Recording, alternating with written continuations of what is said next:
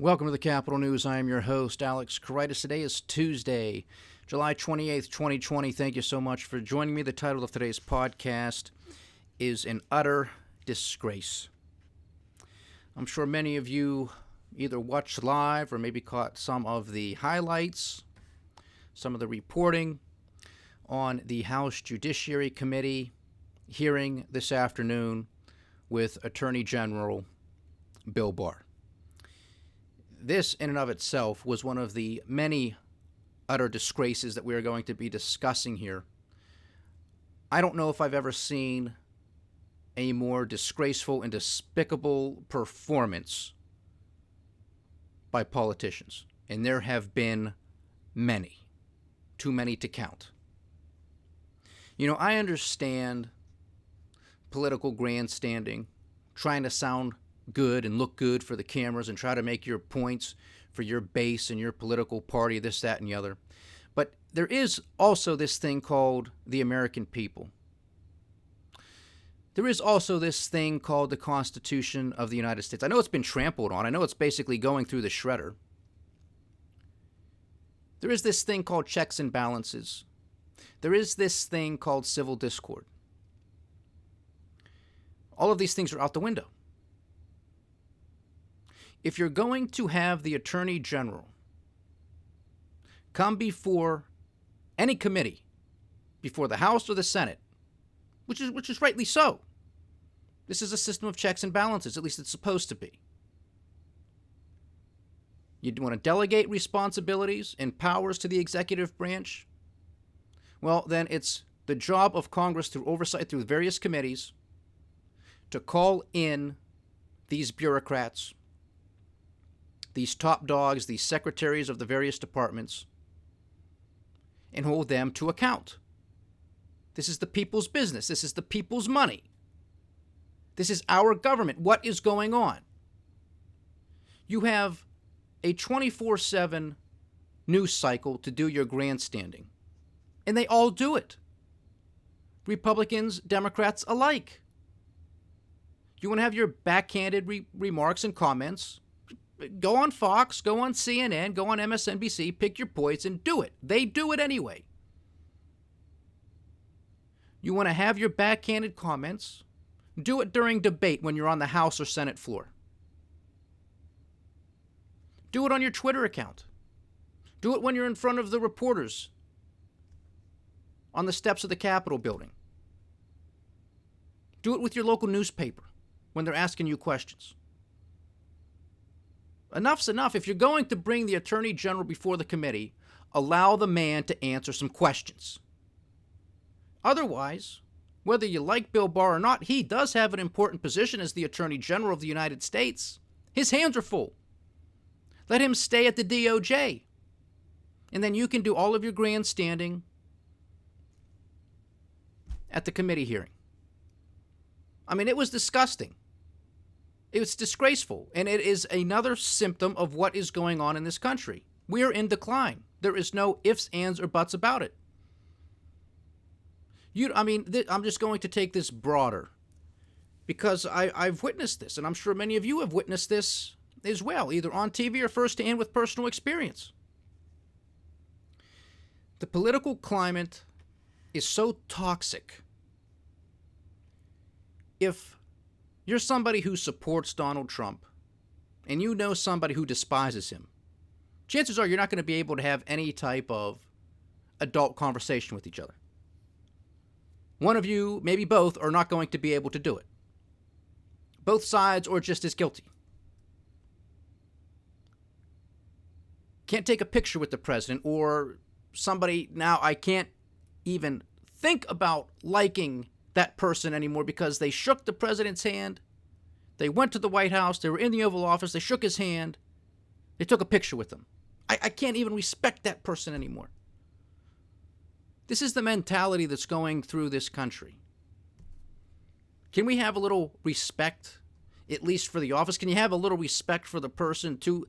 Whether you like Trump or not, I'm not a fan of his anymore. This audience understands this. I voted for him, but you can respect the man. You can respect the office he holds. You can have respect for the amount of responsibility that is on his shoulders. Now, you might think he's doing a fantastic job, mediocre. He's got to go. You can think whatever you want, and you're going to have the ability to vote him back in or to vote him out in a few short months. But can we please have some respect? Can we please have some civility in this country again? Now, it's not likely going to happen, and in fact, I'm pretty certain that it's not.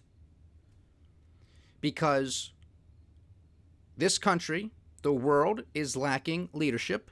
It is lacking honesty. It is lacking the ability for people to look you in the eye and tell you the truth. So this is going to run its course. Yeah, we got COVID-19. We do have that pandemic, but we have a more serious pandemic that is running through global society. And it's that. It's a lack of leadership. It's a lack of honesty. It's a lack of truth-telling. And that is not an option, seemingly, by anybody in the Republican Party, the Democrat Party, or in the White House.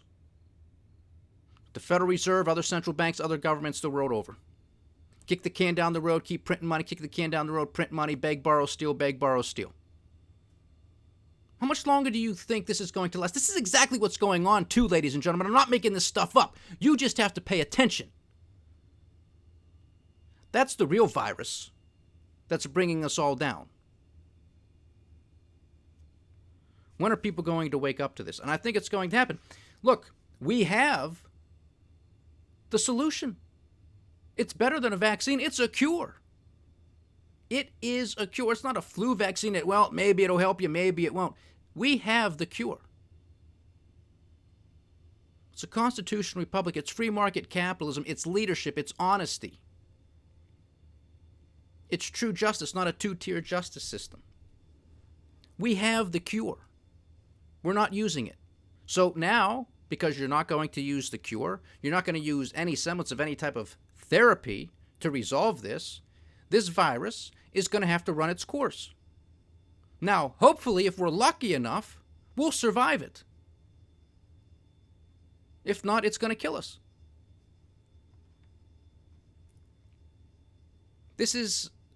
And it's because nobody wants to take any sacrifices.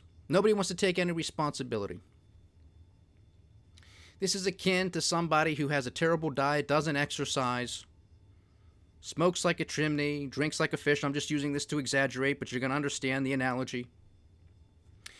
Person finally goes to the doctor, goes to see their cardiologist and says, hey, you're just in terrible shape. Open heart surgery, triple bypass, what have you. Got to do it all. You can't expect to do all these things and then expect to be in tip-top shape. You're not, so we got to go in, otherwise you're going to die. So, okay, open me up, doc, let's do what we got to do. Well, there's going to be some sacrifices. You're going to have to change your behavior. You're going to have to change your diet. You're going to have to start exercising. Stop drinking, stop smoking, or at least less.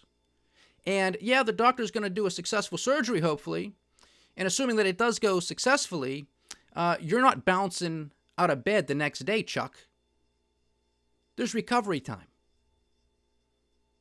That's what this country, that's what the global system is going through right now. This is the realization that we need radical open heart surgery. But nobody wants to say it. Nobody wants to do anything about it. And everybody says, well, if we're going to do that, even if we do it, even if we admit to that, well, there's going to be a V-shaped recovery. We're going to do it, and then the next day, you can pop up and you can run a marathon. That's not going to happen. That's not going to happen. That's how insane all of this is. There are so many utter disgraces going on right now, it's not even funny. It's criminal. And maybe you could say, well, it's not quite criminal. It is. It's criminal. It's most definitely immoral and unethical, and it's un-American. Yet, don't worry. As long as you get your extra $600, extra $200, extra $1,200, your sit down and shut up money, that's what you're going to do. You're going to sit down and shut up. Meanwhile, all of these idiots, all of the maniacs, the inmates who are running the asylum and have been running the asylum for generations, are running away with billions and trillions of dollars. But as long as you get your $1,200, that's it. And they'll keep us distracted. Even this performance today by the House Democrats was just another performance. This was just another measure of divide and conquer. And of course, the Republicans were there to defend Attorney General Barr. And this is on both sides, folks. You remember Hillary Clinton? You remember Eric Holder? Remember Loretta Lynch? The Republicans running them through the ringer? Okay, this happens on both sides. So wake up. This is theater at the end of the day. But it's just another point of something that is so disgraceful and distasteful. This is why good people, good men and women out there don't want to run for office. Not to be politicians, but to be statesmen and women. People who would give us a semblance of leadership. People who would tell us the truth.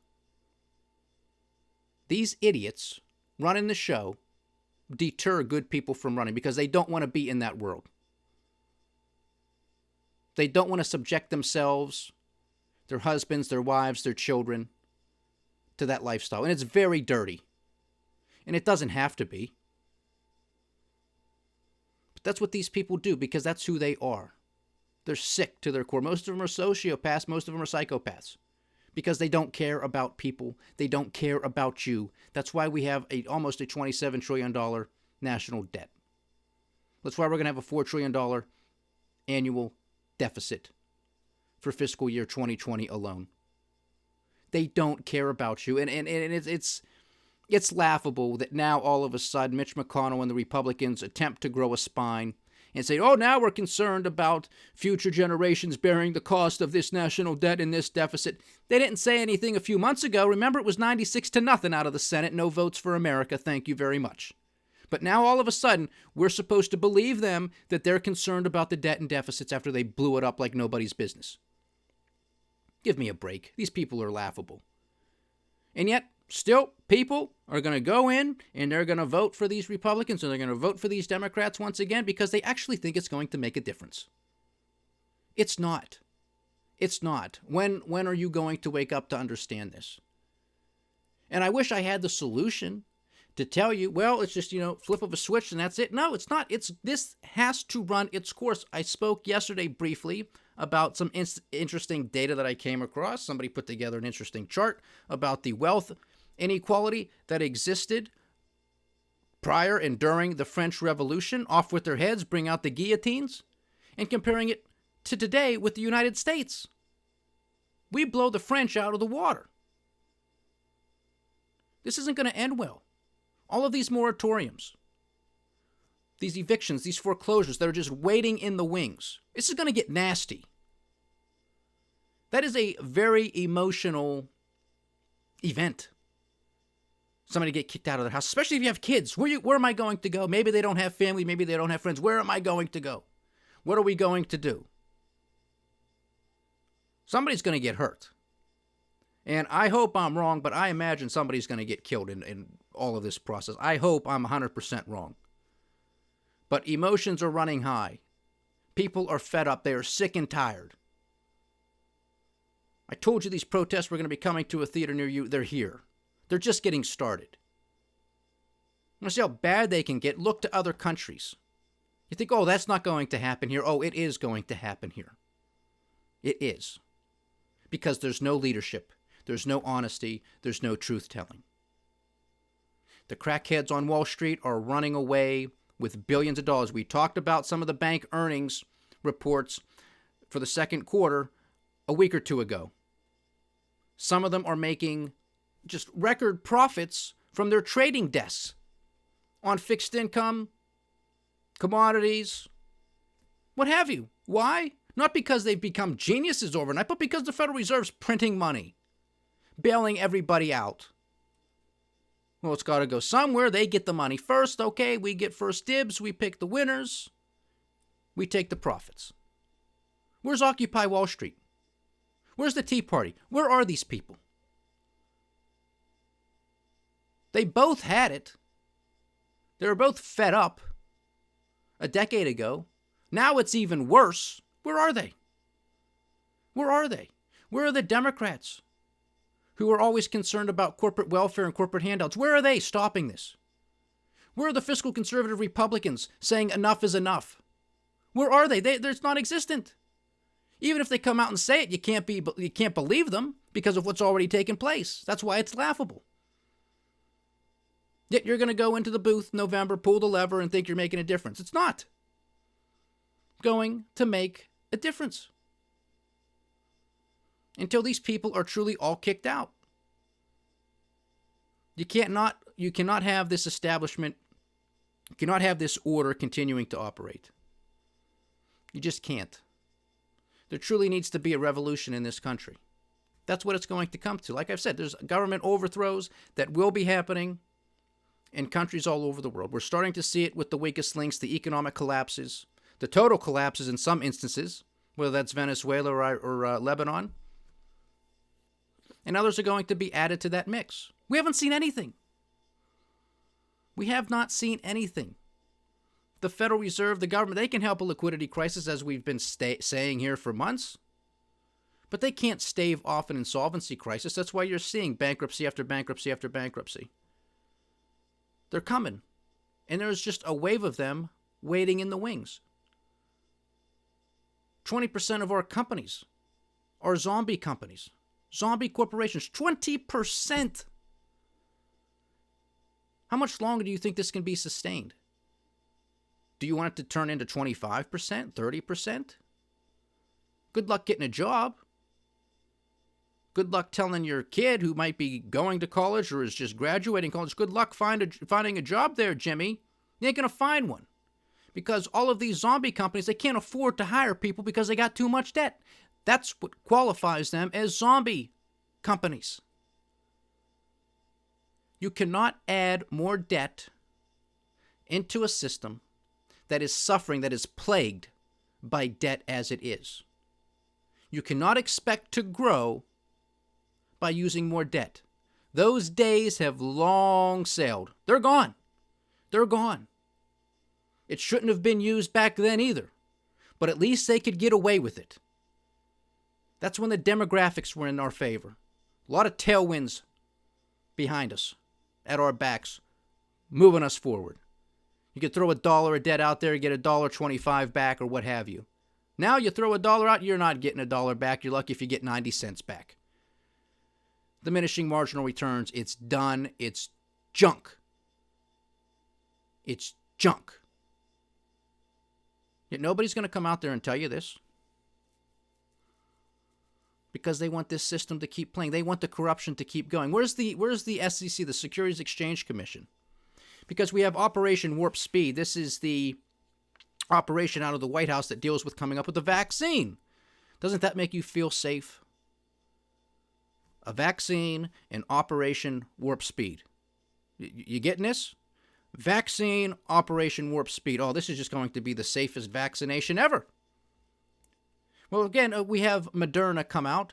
They're receiving more money from the federal government to back their efforts to put out a vaccine.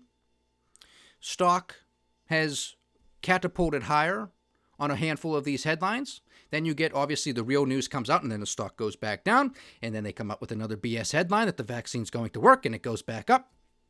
Wouldn't you know it? Wouldn't you know it? On the days when the stock has spiked, insiders within Moderna have been selling their shares. That's a head scratcher, isn't it? Why would they do that? If everything is so promising that they're going to come out with this miracle vaccine that several billion people on this planet are going to have to take, right? That's the fear-mongering they're telling us. Well, then why would you sell your shares now, so early in the process? Why wouldn't you want to hold it on for the ride? Maybe they're playing the system. Where's the SEC? And this is out of the White House. Operation Warp Speed. Do you get it? Do you understand what's going on? Do you care that you're being ripped off? Because this is right in your face. Come out with the BS headline. Stock goes up. Insiders sell their shares. This, again, put this in your jar. Put this in your bucket of evidence that this is a banana republic. Okay? Because it is. This is exactly what happens. And this has been going on for years. This isn't just under the Trump administration, but my God, is he taking this to another level. your inner circle just making out like the bandits that they all are. And it's in your face. It's unbelievable. One disgrace after the next. Tomorrow is going to be the conclusion of the Federal Open Market Committee. And they're obviously going to make their decision. I'm sure they're going to keep interest rates quite low for quite a while, don't you think? That's what Jay Powell is going to come out and say. We're going to do whatever it takes, because that's the de facto motto now of the Federal Reserve System. Whatever it takes. We're going to do whatever it takes. And I really hope, but of course this is not going to happen because it never does, unfortunately. I would hope that a reporter would ask the chairman how all of these emergency facilities are truly benefiting the American people, when so much of the money is going to major corporations. And of course, the Federal Reserve comes out and announces that they are going to be extending their alphabet soup of emergency facilities through the end of this year. They were supposed to come to a conclusion at the end of September. They are now being extended till the end of December. So it's going to take us to the beginning of 2021. This should not be a surprise to anybody. But the question is, why? Why? Aren't all of these policies working? I mean, look, you got the NASDAQ at all-time highs. You got the Dow creeping closer and closer to getting back to where it was before. The S&P 500 getting closer and closer to where it was before. Jay Powell testified before Congress that said all of our actions, even just our announcements, are soothing the markets, allowing them to function properly. And remember, because we discussed this a few weeks ago, I had to give credit to one of my senators, Pat Toomey. I had to give him credit for asking Jay Powell that question. Mr. Powell, if you're saying that everything is functioning well, either because you're actually doing something or just because you're announcing your intent to potentially do something, then why are you utilizing some of these emergency facilities? Just because you announced that you might use them or that you're willing to use them doesn't mean that you have to use them. Well, we're going to do it, and what are you going to do about it? Was basically his response. Because there's no oversight of the Federal Reserve. There's no checks and balances. They do whatever the hell they want. And that's exactly what they're doing. This is just the stuff that we know of. This is just the stuff that we know of. What are they doing behind the scenes that we'll never know about? Or if we do, it'll be years and years down the road. But they're going to come out, announce their policy decision on interest rates. I'm sure he'll continue to mention how Congress has to do more, because this has been his common theme for the past several months. Congress has to do more. Central banks can only do so much. Wink, wink. Spend, beg, borrow, steal more money, Congress. That's their sound advice. Deficits and debts mattered last year. Now they couldn't care less about them. We'll worry about them later. When? When it's 30 trillion, 32, 35 trillion? When? When are we going to care? When is the Federal Reserve's balance sheet going to normalize again? When are interest rates going to go back up because of Federal Reserve mandated policy? Not because the markets move interest rates higher, but because the Federal Reserve actually lifts them and says, now we want the federal funds rate to be 1% or 2.5%. When's that going to happen?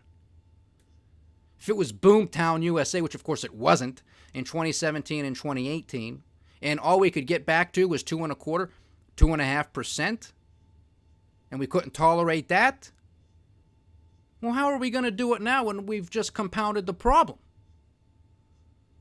The answer is we're not. We're not. This is the death by 1,000 cuts, which was one of the previous podcasts we did. I don't even know how long ago, but during this madness of COVID-19 and all of these stimulus, quote-unquote stimulus programs, the Nobody Cares Act. And of course, again, you have your political jockeying right now between the Democrats promising more, and the Republicans trying to sound fiscally responsible and saying we're going to stand firm on $1 trillion.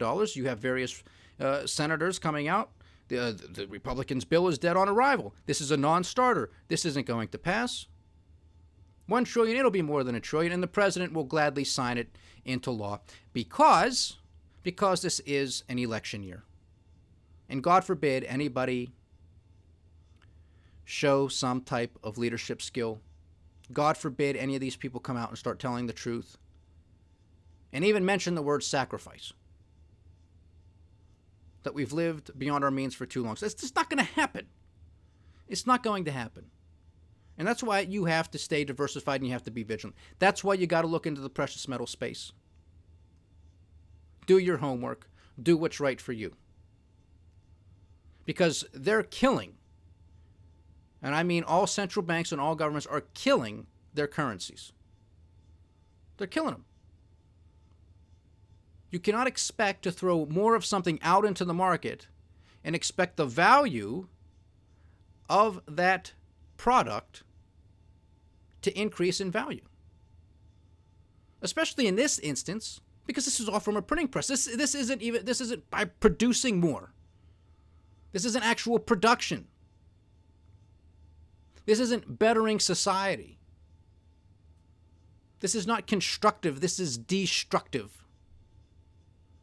And the effects of it have been felt the world over for years. And it's reached its boiling point. And that's why you have the collapse of Venezuela. That's why you have the collapse of Lebanon. That's why you're likely going to see a collapse in Iran and so many other countries around the world. This is just getting started. The governments and central banks could rush in at first glance. Okay, we're going to have a problem here with this thing, with this pandemic. We got to pull all the stops out. We got to do all these things, try to calm the markets down, get some liquidity into the system. Okay, let's make it look like it's a concerted effort. Let's work together. Let's get this done. That only bought us time. It only bought us a little bit of time. And what has been going on behind the scenes? Have things been getting better or have they been getting worse? They're getting worse because they're doing the same damn thing and expecting a different result. It's the definition of insanity. Like I said at the top of the podcast, the inmates are running the asylum. So you can't be surprised at the end of the day, if you're honest with yourself, as to what's going on. The protests, the riots, the out-of-control spending, the out-of-control money printing. You cannot be surprised when you look at our elected representatives, because I don't want to call them leaders because they're not. They're pathetic. They're a disgrace. As was on display today at the House Judiciary Committee. On full display. Full display. So there you have it. Tomorrow, Jay Powell will come out, announce the FOMC's decision, make some remarks, answer some questions. There'll be a bunch of BS questions, of course. But I do hope, and I would love to be pleasantly surprised by a reporter, I don't care who it is, if they could grow a spine and ask some serious questions for the benefit of the American people. As to what's the true benefit of all this. Like I said yesterday, I'm not, of course, for this money printing. But if you're going to do it and you're going to tell us there aren't any negative consequences, then why don't you print the money to pay everybody's medical bills? Children's hospitals, cancer people who are battling cancer, people who are starving to death, people who are homeless. If there's no negative consequence to all of this madness, then shouldn't those be our priorities? Actual people in need, actual people who are going to benefit from it? Why bail out pension funds? Why bail out money managers? Why bail out hedge funds? Why bail out private equity? Why buy corporate debt of the largest corporations, not just in this country, but in the world? This is all ass backwards. And this is why people are protesting. And this is why it's just getting started. But it's an utter disgrace. Stay diversified, stay vigilant, and stay with the Capital News. I am Alex Karitis. Godspeed.